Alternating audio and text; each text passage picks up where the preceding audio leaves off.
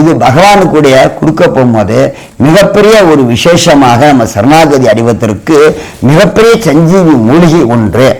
திருத்துழாயில் கிராம்பு, ஏலக்காய், பச்சை கற்பூரம் அதுவும் போடுவாங்க. இதெல்லாம் சாப்பிட போகும்போது நம்ம சாணத்தியமாக இருக்கணும். பெருமாள் கோயிலுக்கு போயிட்டு ஒரு 4-5 நாள் என்ன எப்பயுமே பெருமாளை வழிபட கொண்டவர் அசைவ உணவு உயிர்கொலை செய்யக்கூடாது. ஏன்னா அந்த துளசி போக போக நம்ம உயிர்கொலை சாப்பிட்டு திருப்பதிக்கு போகிறோம், போயிட்டு வர்ற வழியில் ஆர்டர் சொல்கிறது, அந்த பல 4 பிளான்ல சொல்கிறது, அதெல்லாம் பாவத்துக்கு புரோஜனமே கிடையாது, கஷ்டப்படுவாங்க. அந்த ஒரு விஷயம் தெரிஞ்சுக்கணும்.